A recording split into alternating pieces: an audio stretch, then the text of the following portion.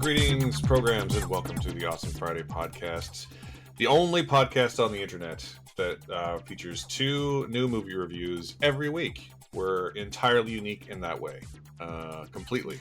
And I also have a bridge in San Francisco that I wish to sell to. My name is Matthew, and I am your host, and with me today is Simon, my co-host. How are you, Simon? Good. Well, it was very nice to see you last night in the flesh. Title of your sex tape? Title of my sex tape. To share delicious food and maybe even a comment about a book, although sometimes it's hard to get a word in edgeways in our book club. Sometimes you just got to sit back and let the wave of conversation flow over you. That's true. But it was very nice. It was good. I'm okay. Well, I'm just busy, just fucking busy all the time. Barely. These days, I'm barely managing to watch the things that we have to watch for the weekend. So it's always nice when I can get to actually recording and actually have seen all the stuff. It's personal victory. Turns out we're in a very late stage of capitalism, so. And you have 2 children, so being busy, makes sense. Not that it's good, just that it makes sense. It's really funny how, you've known me for a long time now, both pre and post children, and I'm sure you can see, the busyness has never ended. The constant, thing has never ended. But what's really interesting about my kids now is that the busyness has changed completely to personal interaction. Well, no, it's interaction, and there was a lot of chauffeuring in that middle stage, and now feels way more just interacting with each other's lives more. Does that make sense? Especially my son now. So that does make sense, and I'll tell you why. It's because you are a good, involved parent. I really want to be. That's really important to me, but that does mean that we do stuff all the time because they're really cool to hang out with. I really enjoy hanging out with them as people, which is really nice. And there's lots of parents. I don't know how on TikTok you are, but there's a guy on TikTok that I follow who mostly talks about Canadian politics, but he's also a teacher and he answers questions about being a teacher. And let me tell you, anytime he describes a good parent, I basically go oh yeah, that's what Simon does, and that's what my sister does. And anytime he describes a bad parent, I'm just like, why do you have children? Why are you so disengaged? Yeah, that's the thing. You got, and it's really interesting hearing it from the teacher's perspective as well. So I'll link him to you if I haven't done so before. Yeah, dude, no, I'd like to see that. But he mostly talks about Canadian politics, which is also just. Oh God. He's basically my equivalent of Last Week Tonight or something, but for Canada. Right. So. Well, I'd like to see that. Yeah, that's the thing. It's just being present at all times means that you've got to give up my book. I haven't read a book club book in God knows how long. Just read all my readings with them, all my movies with them. It's we're sharing everything, and so and it's really, really nice. Don't get me wrong, but there's no other time. My me time is falling asleep on the couch after my son goes to bed, which is also really nice. I like doing that. So but yeah, the stuff we watch. Although I really want to show him Godzilla X Kong, which is one of the films we're talking about. I think he will really dig that film because it's a great film. But things like our other film, that's just not really family viewing, is it? No, I mean, tricky. Not. It's a good movie. It's just also not. Yes. It's not a film for non-adults. Shall I say? Yes. And not because it's terribly, terribly violent. I mean, it's not violent and explicit, but mostly just that it's got a lot going on, and I feel probably some prefrontal development needs to happen from There's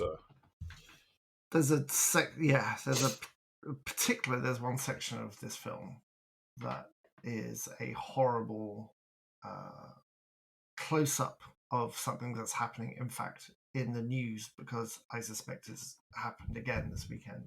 And there's just some things I just don't want them to know yet. Do you know what I mean? There's some, Hmm. and I am raising a son, and it's terrifying to me that he has got a big sensitive heart, and he is mainly oblivious to girls. He just want if girls were a sport, he would play them. How's that for an album title?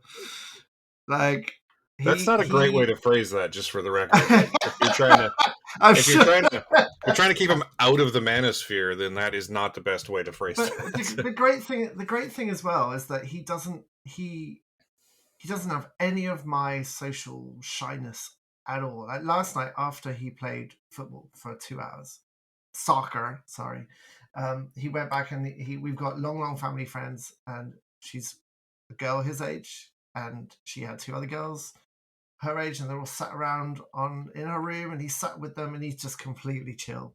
And you know what? That's going to drive girls crazy because he's super handsome, he's tall, he's blonde, and he is totally chill, like totally oblivious to everything, which makes him like relaxed and kind of aloof and goofy and stupid. And he's got it all. Bless him. Hmm. But I do love that about him. But yeah, it's terrifying to me. We'll talk about this, I think, a little bit later when we get into the movie. But the potential for someone to put an idea in his head that sticks, that turns into this kind of idiocy and this kind of hatred. I I feel like I spend my whole life just making sure he's got a good heart and good sense of what's right and what's wrong and how to treat other people, because it just seems so easy. Especially, he's not on social media. He's asked to be on social media, and I've said no because it's just poison. There's so much poison on there, Hmm. and um, and I hate to be that. Well, I don't hate to be that kind of parent. But I know I'm that kind of parent now. That's restricting things like social media, but I don't think it does any good. I genuinely And don't. maybe And you're maybe he in it a shouldn't lot until more than he's me. 18. So Yeah, when he can make his own I choices. yeah. I don't know. You're on it a lot more than me, and I left it for a very particular reason, and I feel that reason very strongly whenever I dip back into Twitter to look for something, because you still can't beat Twitter for breaking news or like reactions to something like the Game BAFTAs. There's no other information about that anywhere apart from Twitter, and that was what Twitter did really, really well before that fucking idiot got his hands on it. It's really But actually frustrating. I don't mean to hijack the conversation in terms of like what social media even is these days, but it's actually really frustrating that like Twitter still does breaking information in a way that no other one does, which mm-hmm, means it's very difficult to let go of. Because I would actually argue that Threads, which is by Meta, um, and based off of Instagram, but it's Instagram, Instagram but for text, in the same way that Instagram used to be Twitter but for photos. Um, but Instagram or Threads has way better engagement and a way more positive vibe. Like, mm, but it is absolutely shit at disseminating breaking information, mm, or news. And I feel like until it can do that in a reliable way, it's never going to be able to replace Twitter. mm, And also Meta's whole position on things like posting about politics is just garbage. So they seem to be actively working against it. yeah, yeah, yeah. Being a place where you can go and like spread info, but like in terms of say like getting people to click through to something you've written, Threads is way better. And in generating like discussion that is generally positive and thoughtful, Threads is way better. Mm-hmm, mm-hmm, And part of that is just that like a lot of people seem really uh, concerned about not letting Threads turn into another Twitter, which is great. Um, but it also just doesn't have the like critical mass of users yet still. So I mean, it kind of does, but it doesn't. It doesn't like Twitter did at its heyday. You know. I'm surprised. Maybe you got way more to say this than I do. I dip into Threads maybe once a month to try and find something, and I look at a lot of reactions to things, and it feels like Threads is quite significantly getting more bitter in the kind of people that are using it and the way they respond to things. I've noticed on Instagram a lot of the and TikTok, a lot of the comments are coming way more bitter and kind of accusatory and just horrible. There's a lot of poison in the kind of things people want to say on social media, and I feel like Threads was kind of avoiding that a little bit to begin with. But I guess as the user base has grown, so the idiots have come flocking. Have you found So that? Do you agree with that? the answer to that is that, and this is again, it's part of the reason why it'll never be great at breaking news, is that the feed is entirely algorithmic. So if you see a negative comment and then like engage with it in any way, the algorithm learns from that and it learns super quickly. So you just kind of have to be more cognizant of what's going on in your feed and what you're actually clicking on and interacting with.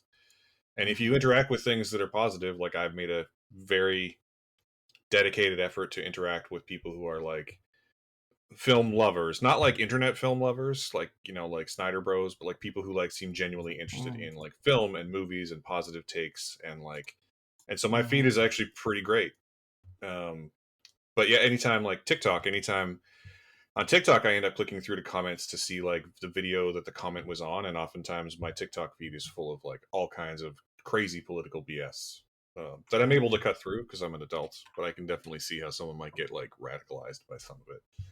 But again, it's because the TikTok algorithm is also super aggressive, and like if you click through to a video that's bad, like it's going to be like, oh, he watched that video that's bad. We should give him more of that. So it is as much about curating. It's not just about the user base growing, which is definitely true, as people do. A lot of people have migrated from one to the other, from Twitter to whatever else. But it's also about like you can curate your way out of that. Not entirely, but you can curate your way out of that if you just put a little mindfulness into what you're actually doing, which sounds like a lot of work, but at the same time, like that's what you do in real life, right? Like you don't hang out with assholes in real life, and if you keep going hanging out with them and they keep being assholes, you stop hanging out with them. So it's just the same thing, just in digital form. So yeah, that's my treatise on the current state of social media. That Threads is the most rewarding one for me to post on, and Twitter's the one I still post on because it still does have the most eyeballs. I think you're far more able to ignore the negativity there as well. I think that's the thing that really drove me away was the negativity, and even trying to curate, like you have to be exposed to that negativity to block it. And I just found it easier to just to cold turkey it and to close it. And I found you're not wrong, but the level of effort diminishes over time, right? Yeah. It's a lot harder at the start than it is like a couple of months in, because like as you've curated your feed, it's going to show you less stuff you're not going to want to see, and like that is sort of the problem, right? Like I'm curating my feed to be like positive takes about film, but lots of people end up like deep in the manosphere because it's so aggressive. And so it's I'm basically exploiting what is normally a terrible pipeline to be something good for me specifically. So would you say, even though Threads isn't giving you the news as it happens, is it better for trying to form a group of like-minded people who are interested in things to promote what you're doing within that sphere? Is it better than Twitter for that? Absolutely. I might give that a go then. And I don't like so there's a feel-good story. This is going to take a minute to tell, but there's a feel-good story that's happened on Threads over the past couple of weeks where there's these two young women.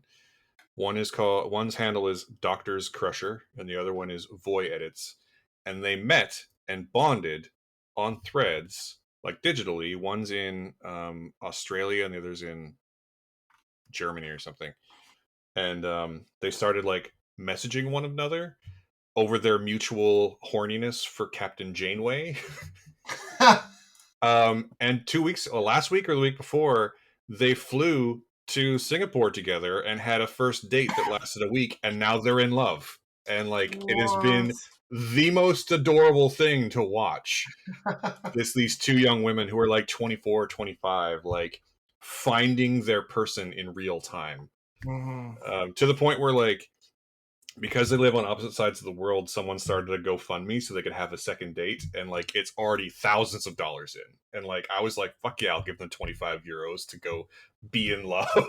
Like why wouldn't I fund that at this point? Like the world is going to shit. I'm gonna fund something that's gonna make someone feel good. Like it's a whole thing, and they are so fucking cute. Like It's ridiculous, and you should.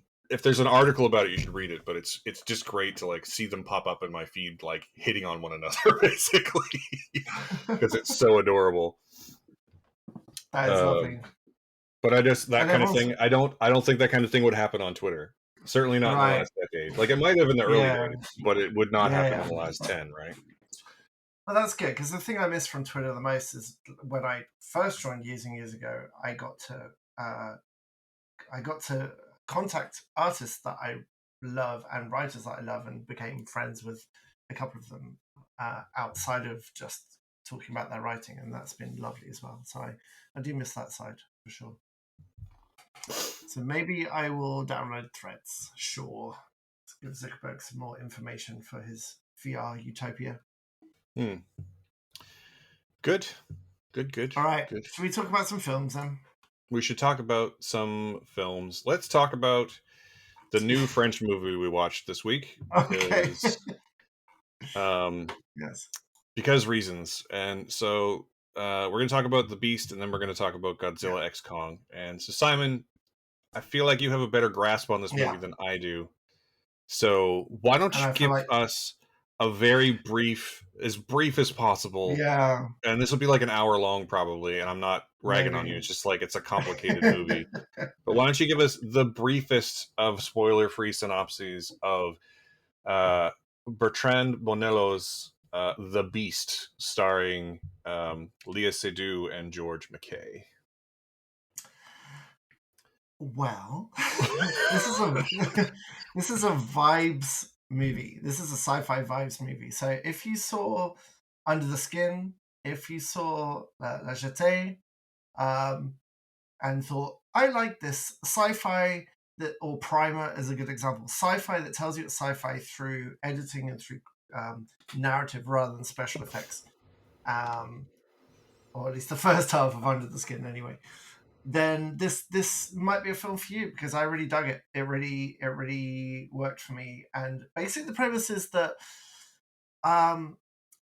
there is a future, there is some kind of dystopian future where you can undergo a process to have your DNA cleansed to remove trauma, because in that environment, heightened emotions are seen as things that should be removed. So they're not removing emotions completely, they're just muting them in order to make people more kind of low-key happy, rather than feeling huge spikes of happiness and terror and fear. So you can go through this process of basically clearing, like bleaching your DNA to get rid of all this generational trauma, because they recognize that we all have multi-generational past lives. Like, this is a fact in this dystopia. It is a proven note of science that we have all had past lives, and our DNA holds the trauma from one past life to another. And the film kind of pieces this together slowly, and it's based on a book about a guy who has a sense of foreboding that something bad is going to happen. Something is coming. This is his beast, and it takes over his life. It's all he can think about. And so we follow Léa Seydoux's character as we go into the chunks of her past lives in different time frames, beautifully shot with different costumes and killer soundtrack to this movie as well.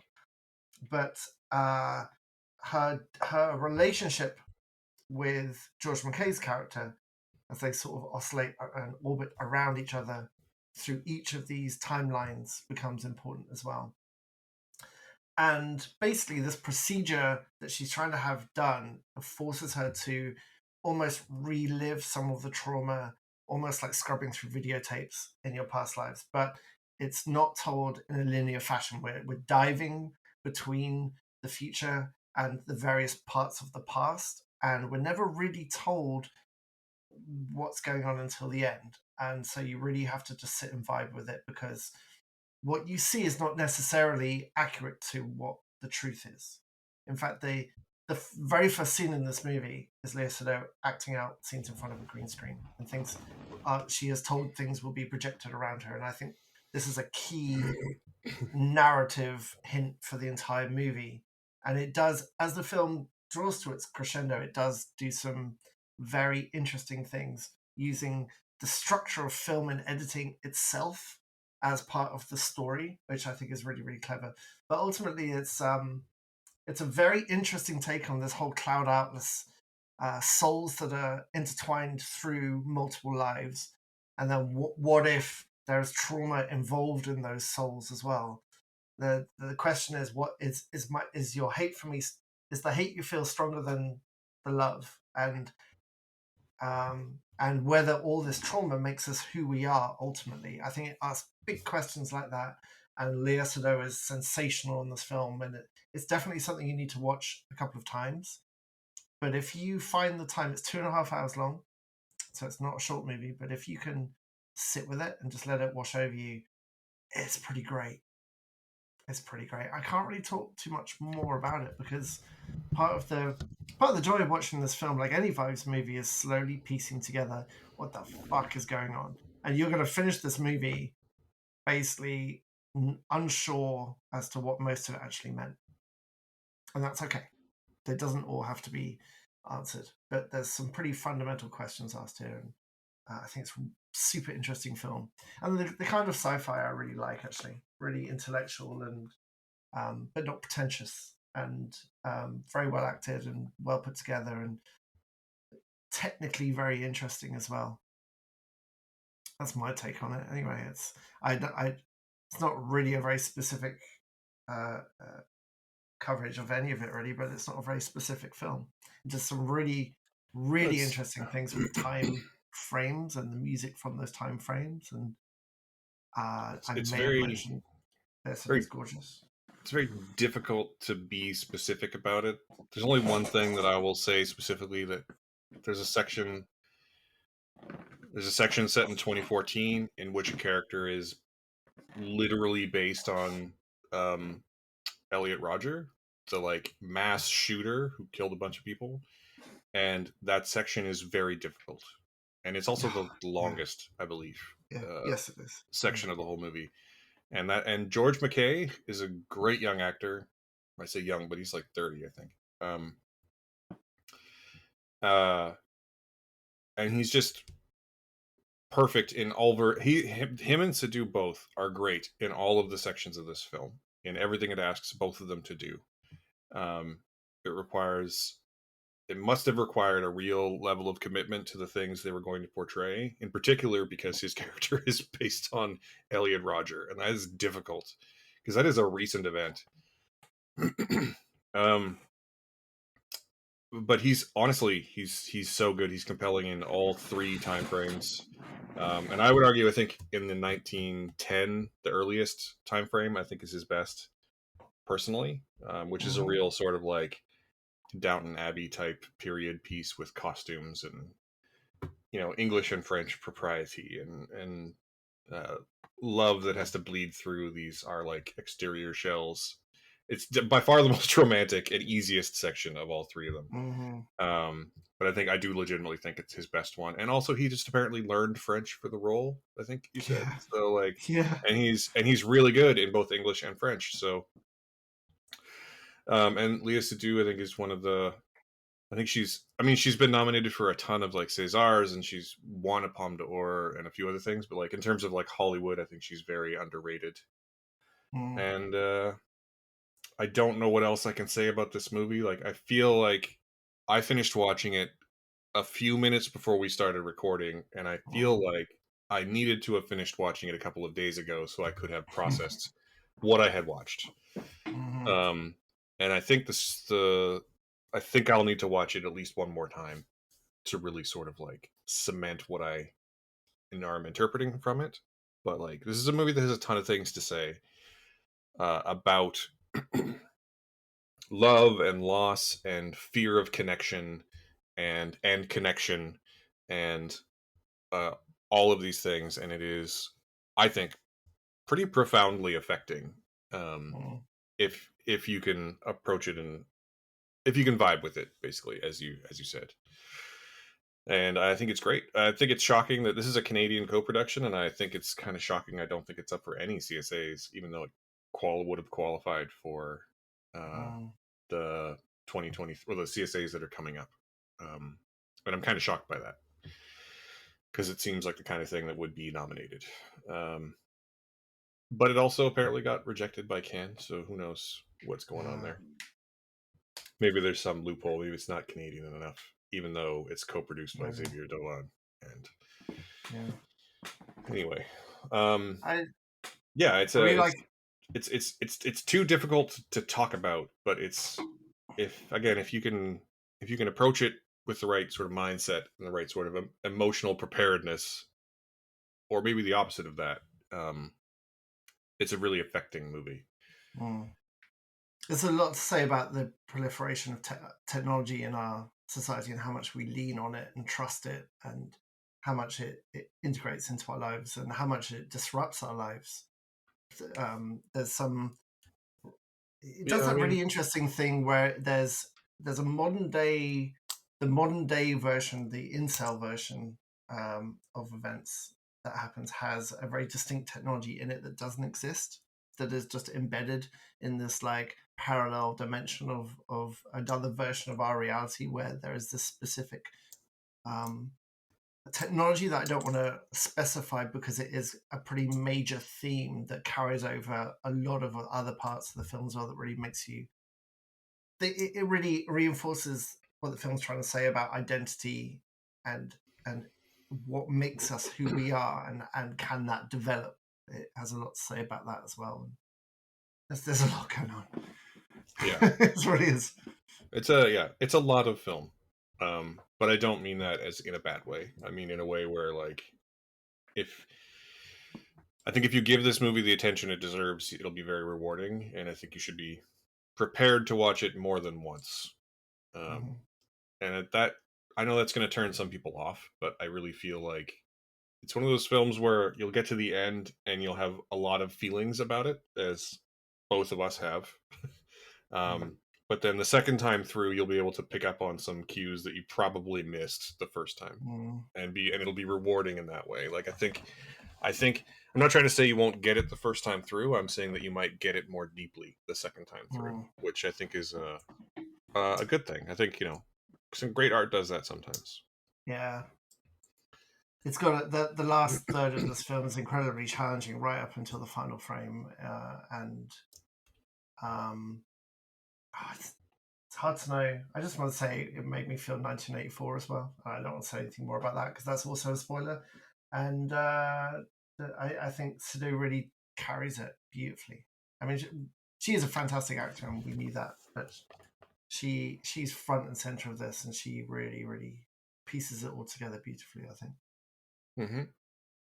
And I mean, I think everyone in it is good. I think even I don't want to spoil who they play, and I'm gonna mispronounce their name, I think, but Gouslaji Malanda is a French actress. She had a big breakout a year or two ago in a movie called Saint-Omer, and she's great. And I can't say who she is or what she does in the movie because I think it's too big of a spoiler. But she's also great, and it's amazing to me as a newcomer. And George MacKay is not a newcomer, but as newcomers, how well they hold their own with Léa Seydoux, who's doing, I think, some great work. Some of probably the best work in her career in terms of just straight acting, like capital A acting, anyway. Yeah, for sure. So how many stars are you going to give this movie, though? Like, I've been thinking about this for not that long because I literally finished watching it right before we started recording our bonus episode. That's only like 45 minutes ago, so I have not been thinking about this long enough. But how many stars are you going to give it? Because I'm on the fence. So I thought about this as well, because it feels so much like the kind of film I'm going to think about for a long time, like I did with Under the Skin, in which I the more time I get away from that film, the more I realize how incredible it is, and it feels like it's one of those films. So I'm going to go with 4 stars. Yeah, that's where I'm landing to, 4 stars. For the same reasons you're talking about. Like, this is a film that's going to reward over time. And not that it's not rewarding the first time, but it's going to reward. I think it's going to deliver more each time that it gets revisited, and I look forward to that. We talk a lot about what all films are cinema films, but we always seem to talk about that in terms of spectacle, which our next film will be. But I really wish I'd seen this as I saw Under the Skin, which is midday on a Tuesday in an empty cinema, because I want this film to end in a dark room with me in it. Do you know what I mean? That kind of the final beats of this film, especially with the the last thing it does, is entirely surprising, and I just think if this gets a cinema run, which I'm not even sure it will, I guess it is It having does. a limited release, isn't Getting it? a Canadian release this week. On It the comes out 19th. on the 19th of April. It's being Yeah. released by Maison Four Thirds, and so it is getting a Canadian theatrical run. I And do recommend. I would recommend seeing it in a cinema. Yeah. If only because I would say this is a film, and so when I say films are cinema films, you're not wrong that it's often for spectacle. But in these days, in my old age, I actually tend to think of it more of as a freedom or a restriction from distraction. And I feel like this is a movie that if you have the opportunity to be distracted, you are going to miss something fundamental. Yeah. And I feel like so like even like I saw Civil War, which I wrote about, and you can read on wherever I put. I think it's For Real. I saw that in a cinema with just like 5 or 6 other writers, which was great. And that movie has some spectacle, but the reason I appreciated it being in cinema is that like that movie needs to be paid attention to, and like right. Even just checking your notifications is a big enough distraction to miss something important, right? So that is why you should see this in a cinema if you can. But if you can't, like, don't be afraid to watch it at home. Just put your phone down is all I'm saying.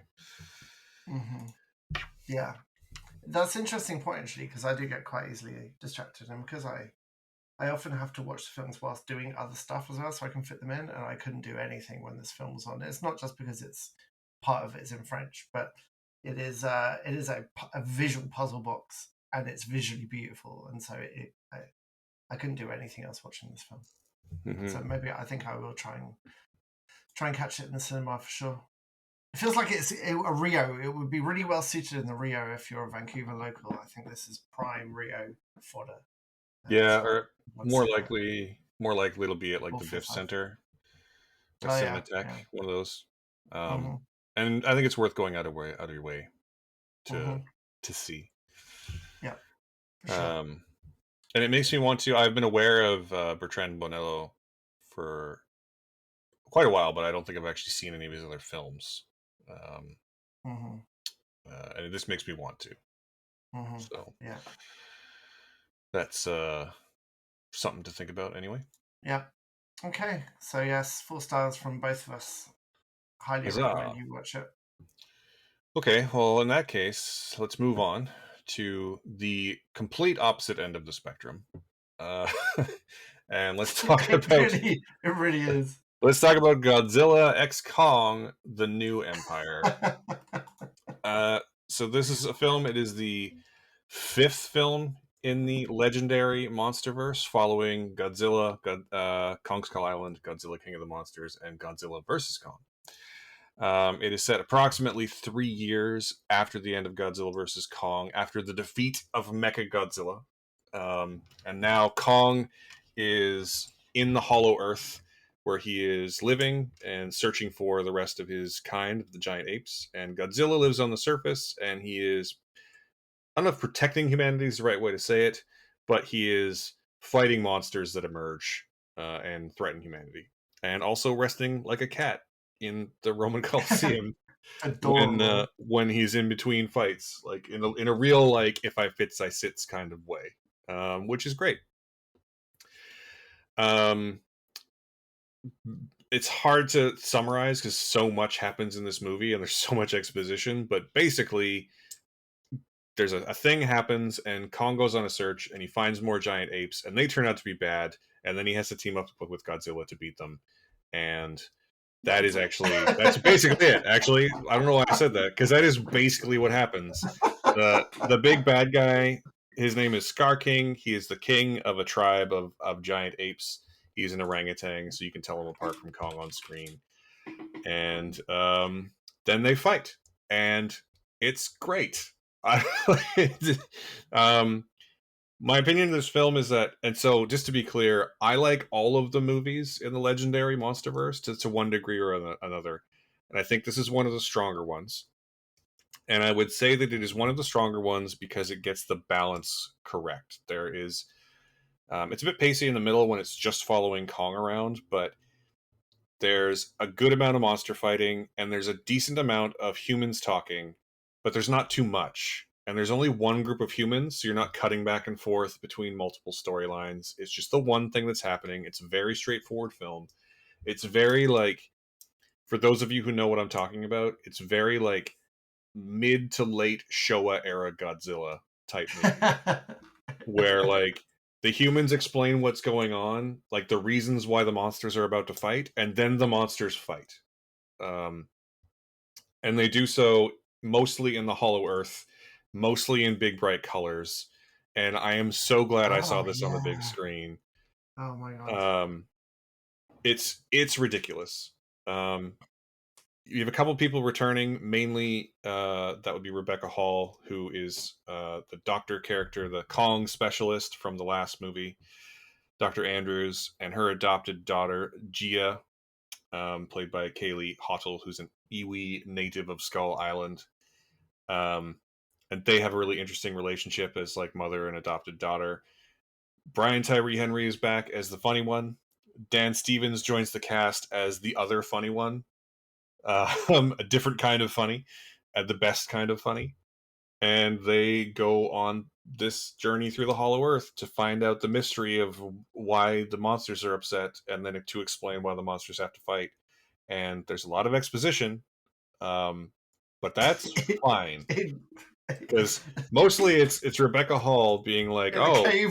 like in a cave," being like, "I have read these glyphs, and this is what they say," and then Dan Stevens being like, "Far out, man!" Like. Dan Stevens has the single best character introduction of any of the people in Oh my any of god. these movies. He joins the film when Kong needs a dentist visit, and Dan Stevens plays a kaiju dentist who flies in on like a rocket helicopter thing to the What's the tune of heave? I Gotcha, which he lip syncs as he's replacing Kong's tooth. Like this movie is, I think it would be a disservice to say that it is stupid. But it is Yeah. very straightforward and knows exactly what it is and just like rolls a 10 on what it is, right? Like it just says, this is what we're doing. Let's fucking do it. You know, like let's not hold back this time. Which I felt like maybe was a problem with the last one, that they like they were like, okay, this is what we're doing, but also we need to, you know, be like a serious movie a little bit, and we need to have a conspiracy theory for the humans to deal with. And this film makes no such pretensions. It's just like the humans are there to explain why the monsters are angry, and then the monsters get angry. That's the whole thing. And Godzilla's pink this time.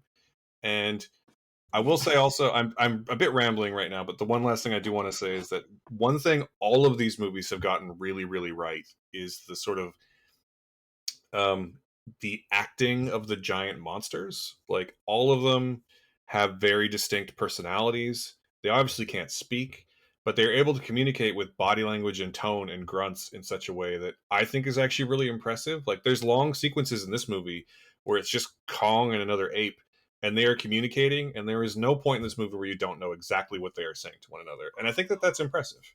And I think that's been true of all of them from Skull Island forward. And I think maybe best exemplified by the three heads of Ghidorah in King of the Monsters, which all have distinct personalities, but that's a different episode of the show.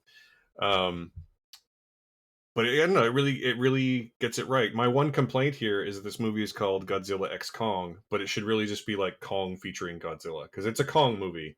I think Toho must have signed some agreement with Legendary that gives Godzilla top billing every time, because he's a supporting character in Kong's movie.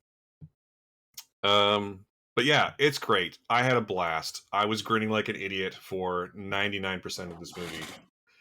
And the other 1% was me laughing hard enough to disturb people around me in the cinema. So I don't know. What did you think about this movie, Simon? Oh I man, think you might have loved it also. I love this film, and I do not like the other Monsterverse movies to different degrees of not like. But what's been really interesting to me is watching this, and in my like shock and surprise at how much I loved it, going back and rewatching um, Godzilla versus Kong, and kind of seeing how they're still stuck in trying to be serious. I completely blame Marvel for spectacle action movies to try and have some serious, like super serious undertones, and to see their evolution from versus to exactly as you say, they get to X and I'm like, right, we're just gonna fucking Power Rangers it. This is my Pacific Rim 2. Like they're gonna fight in daylight against blue sky repeatedly. We're gonna fight, we're gonna show them, we're gonna pull the camera back and show it. It's like all the things I want to happen that I've been so annoyed at in other movies, they just corrected. And it's light, and the humans are there to support the lightness. There's no like intense human drama. Dan Stevens is the like every decade or so, Hollywood discovers like cheeky English handsome guy can elevate any movie, and the current cheeky English handsome guy is Dan Stevens, and holy shit, he is good at it. There is no reason whatsoever for him to storm in on his flying dentist truck and uh, lip sync "I Got You" to his like clamp he's about to put over Godzilla, because no one can see him up there. He's literally singing to nobody, but he's having the best time. And because That's he's not having the true. best time, He's singing to us, Simon. He's singing to us. I think that might be it. Is an appreciation that this is all for us. And throughout this whole movie, he has got a glint in his eye, even when there's like death approaching, and he is so irreverent, but not sort of annoyingly so. He's just brilliant, and I can't think of anyone better who could have been in that role. And I like Rebecca Hall is fantastic in this. Brian Tyree Henry, who I first saw in Bullet Train, is kind of I really like watching him do different things, because he is kind of the return to that fidgety YouTuber, and I think he's great, and he's not just a comic black guy. Like I think he brings really good characterization to what he does. He's a great actor, and there is just Rebecca Hall going into this cave that is this ancient forgotten race buried under the earth. These ruins have not been seen by anyone apart a few of them on Skull Island, but and she sits down and reads this like it's fan fiction in English. She reads everything without even like squinting. Oh, I think this says no. So in the beginning, and just gives this entire exposition dump, and I just think this film knows exactly what it is and what it's trying to That's not do, and fair. what She'd read the glyphs on Skull Island, of which she is an expert, Simon. Jeez. yeah, but it's, I don't know, it's like, oh, no one's seen this place for years. So anyway, these glyphs say 47 years ago, Godzilla, I think they even say like, "Oh, it's the same glyphs as Skull Island," and then like wink at the audience at their yes, yeah, like it knows that this is not a stupid film, but it's a straightforward film, and it's really well shot. It's beautifully choreographed. There's great personality between. So there's a great part where Kong is trying to draw Godzilla down into the Hollow Earth Gateway. That's in Egypt, of course. It is next to a pyramid. And Godzilla spends most of this movie charging, like to get ready for the big fight. And they should have put in like the Wally charging sound when he was done. That would have been great. But he comes storming in because even though Kong's been on Skull Island for like hundreds of years, now Godzilla's decided he can't be in the same Earth, so he comes to kill Kong. And Kong's like, dude, I don't want to fight. And then they have a fight, and it's just fantastic. And it's Kong trying to not fight. This goes back to what I'm die. saying about like the giant monsters fighting, like that whole sequence with Kong being like, "Gee, I just want you to just come with me, man." Like, Yes. don't, like you can basically hear him saying, "We don't have to like each other, but I need your goddamn help. Like, come with me." Because shit's about to go down. I need your help, and you can hear him saying it, and it's great. And this is so far the other end of the spectrum from -1, where you've got this classic, huge, like city-sized monster that moves slowly, and then the next one, there's literally one moment where Godzilla sprints like he's doing the hurdles, gets out of a hole and just sprints into camera like it's nothing.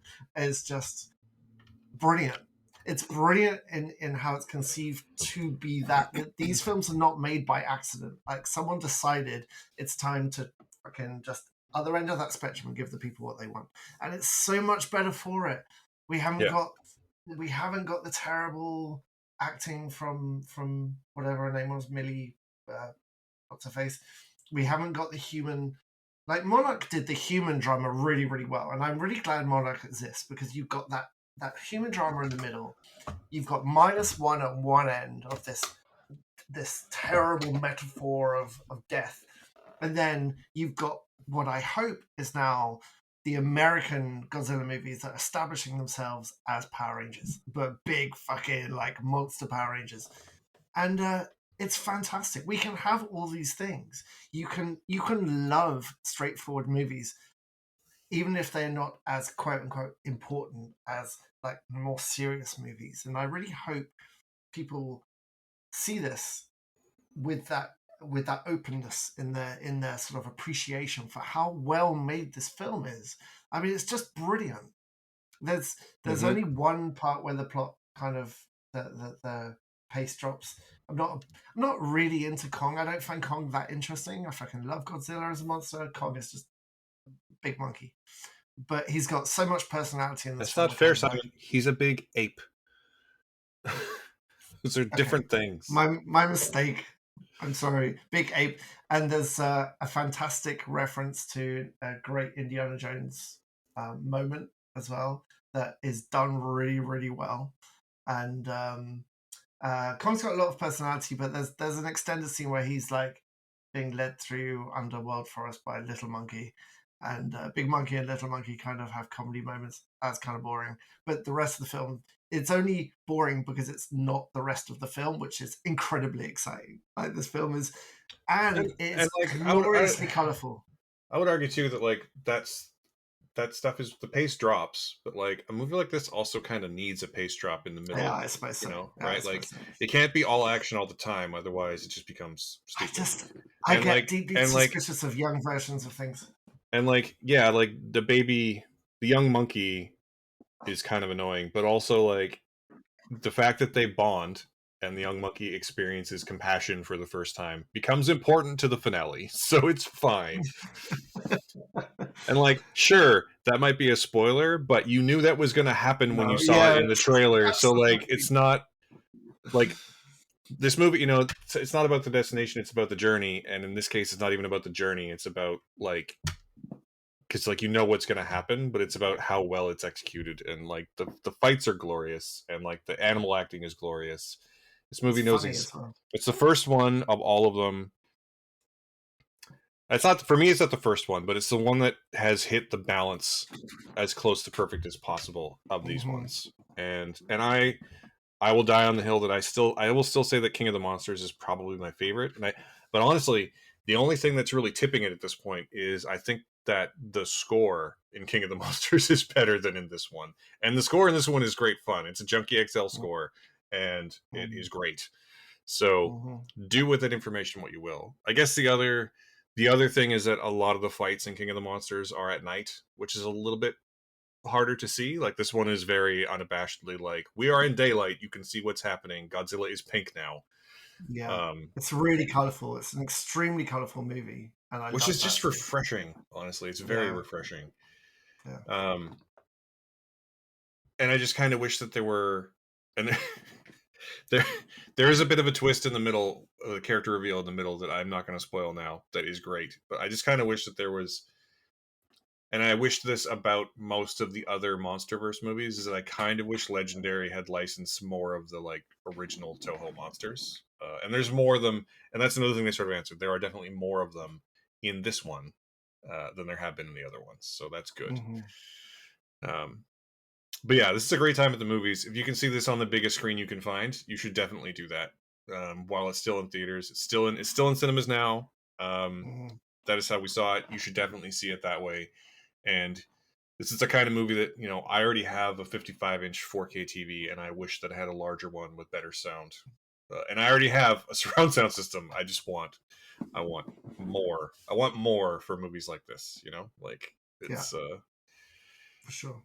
If only we didn't live in late stage capitalism, I would do that. But we do. So